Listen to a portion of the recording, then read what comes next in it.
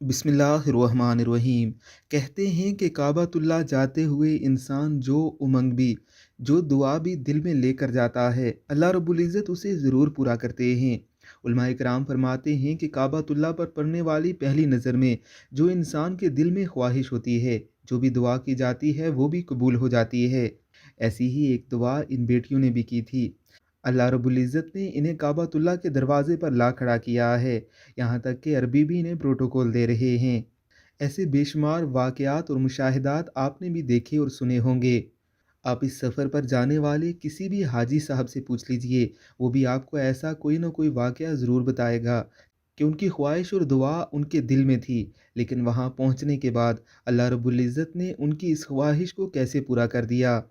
अल्लाह रब्बुल इज़्ज़त की ज़ात हमें, हमारे बच्चों को और हमारे वालिदैन को भी इन मुकामात मुक़द्दसा की ज़ियारत की तौफ़ीक़ अता फ़रमाए।